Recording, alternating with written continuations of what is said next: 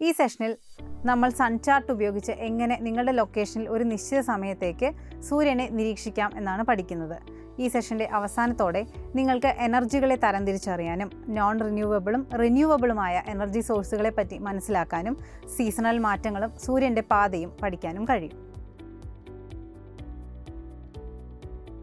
Force ഉപയോഗിച്ച് ചെയ്യാൻ കഴിയുന്ന വർക്കിൻ്റെ അളവാണ് എനർജി എന്നതുകൊണ്ട് അർത്ഥമാക്കുന്നത്.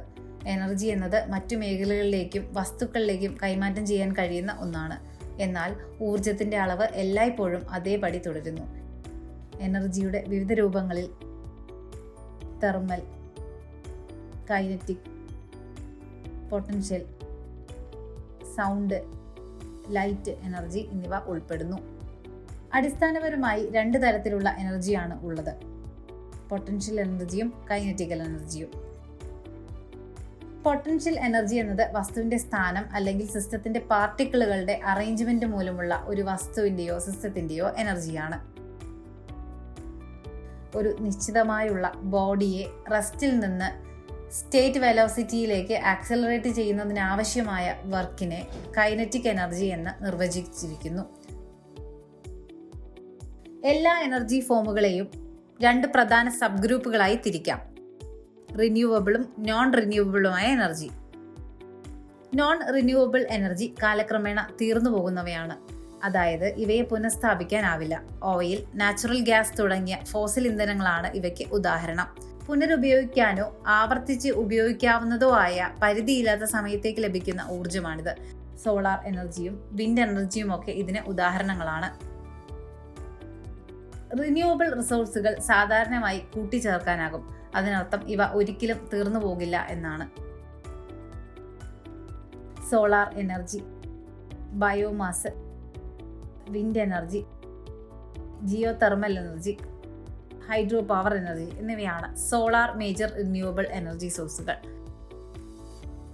Solar power, solar thermal energy തുടങ്ങിയ ടെക്നോളജികൾ ഉപയോഗിക്കുന്നത് സൂര്യനിൽ നിന്നുള്ള ഹീറ്റും റേഡിയന്റ് ലൈറ്റുമാണ്. പ്ലാന്റ് മെറ്റീരിയലുകളിൽ നിന്നാണ് ബയോമാസ് എനർജി ഉൽപ്പാദിപ്പിക്കപ്പെടുന്നത്. വളരെ സാധാരണമായും ഏറ്റവും ഉയർന്ന തോതിൽ ബയോമാസ് എനർജി സോഴ്സുകളായി കണക്കാക്കുന്നത് മരങ്ങളെയാണ്. എന്നാൽ റിസർച്ചുകളിലെ മുന്നേറ്റങ്ങൾ ഭക്ഷ്യവിളകൾ, പായലുകൾ തുടങ്ങിയവ ഉപയോഗിച്ചെല്ലാം ഇപ്പോൾ ബയോഫ്യൂവൽ ഉൽപ്പാദിപ്പിക്കുന്നുണ്ട്. ചെടികളുടെ ഉള്ളിലെ പ്രവർത്തന ശക്തി ഉപയോഗിച്ചാണ് ഈ എനർജി ഉൽപ്പാദിപ്പിക്കുന്നത്. വായുവിന്റെ ചലനമാണ് കാറ്റ്.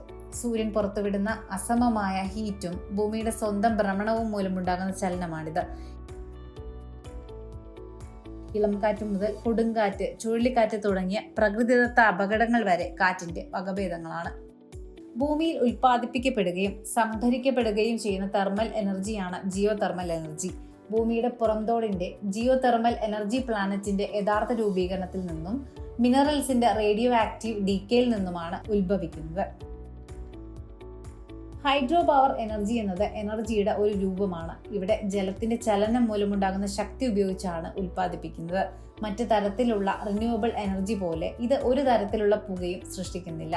അതിനാൽ ഏതെങ്കിലും തരത്തിലുള്ള മലിനീകരണവും ഉണ്ടാകുന്നില്ല.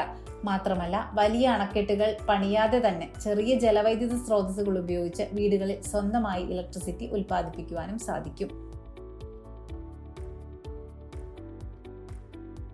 എനർജിയുടെ വിവിധ രൂപങ്ങൾ, അവയുടെ സോഴ്സുകൾ, ഭൂമിയുടെ ഭ്രമണപഥവും സൂര്യന്റെ പാതയും തമ്മിലുള്ള ബന്ധം എന്നിവയെക്കുറിച്ച് നിങ്ങൾക്ക് ഇപ്പോൾ മനസ്സിലായെന്ന് വിശ്വസിക്കുന്നു.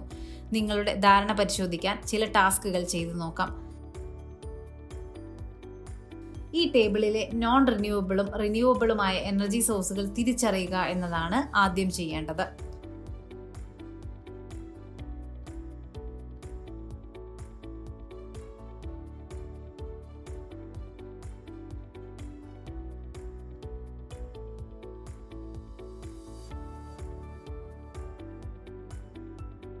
പ്രകൃതിയെ പഠിക്കുകയും സോളാർ എനർജി മറ്റ് റിന്യൂവബിൾ എനർജിയെ എങ്ങനെ സ്വാധീനിക്കുന്നു എന്ന് വിശകലനം ചെയ്യുകയും ചെയ്യുക എന്നതാണ് രണ്ടാമത്തെ ചുമതല.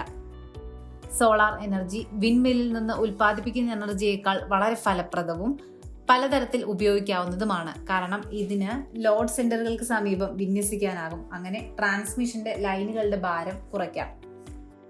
അതേസമയം സോളാർ പ്ലാന്റുകൾ പരിസ്ഥിതിയിലെ വലിയ തരത്തിലുള്ള നിർമ്മിതികൾ ആവശ്യമില്ലാത്ത ഒന്നാണ്. ഹൈഡ്രോ പവർ പ്ലാന്റിനെ അപേക്ഷിച്ച് ഏതാനും മാസങ്ങൾക്കുള്ളിൽ നിർമ്മിക്കാനുമാകും. വിളകൾക്ക് ഉപയോഗിക്കാവുന്ന ഫലഭൂയിഷ്ഠമായ ഭൂമിക്ക് ഒരു തരത്തിലും ദോഷം ചെയ്യാത്തതിനാൽ ഫോട്ടോ വോൾട്ടയിക് സെല്ലുകൾ ബയോമാസിനെ അപേക്ഷിച്ച് മികച്ച മാർഗമാണ്. സോളാർ എനർജിക്ക് ഫോട്ടോ വോൾട്ടയിക് അഥവാ PV ടെക്നോളജി ഉപയോഗിച്ച് ഇലക്ട്രിസിറ്റി ഉൽപ്പാദിപ്പിക്കാൻ കഴിയുന്നു. എന്നാൽ ജിയോതെർമൽ എനർജിക്ക് ഹീറ്റിംഗ്, കൂളിംഗ് പോലുള്ളവയ്ക്ക് പരിഹാരമായി മാത്രമേ ഉപയോഗിക്കാൻ കഴിയൂ. കൂടാതെ ജിയോതെർമൽ പവർ പ്ലാന്റുകൾ സോളാർ എനർജിയിൽ നിന്ന് വ്യത്യസ്തമായി ചെറിയ അളവിൽ CO2 പുറന്തള്ളുന്നു. പകൽ, മാസം, സീസൺ, വർഷം മുഴുവൻ നടത്തിയ നിരീക്ഷണങ്ങളെ അടിസ്ഥാനമാക്കി നിങ്ങളുടെ സ്ഥലത്ത് സൺലൈറ്റിന്റെ ലഭ്യത വിശകലനം ചെയ്യുക എന്നതാണ് നിങ്ങളുടെ അവസാനത്തെ ചുമതല. ഈ സെഷനിൽ നമ്മൾ സൺചാർട്ട് ഉപയോഗിച്ച് എങ്ങനെ നിങ്ങളുടെ ലൊക്കേഷനിൽ ഒരു നിശ്ചിത സമയത്തേക്ക് സൂര്യനെ നിരീക്ഷിക്കാമെന്ന് പഠിച്ചു കഴിഞ്ഞു. ഇപ്പോൾ നിങ്ങൾക്ക് വിവിധ തരം എനർജികളെ പറ്റിയും നോൺ റിന്യൂവബിളും റിന്യൂവബിളുമായ എനർജി സോഴ്സുകളെ തരംതിരിക്കാനും സീസണൽ മാറ്റങ്ങളും സൂര്യൻ്റെ പാതയും മനസ്സിലാക്കാനും കഴിഞ്ഞുവെന്ന് വിശ്വസിക്കുന്നു.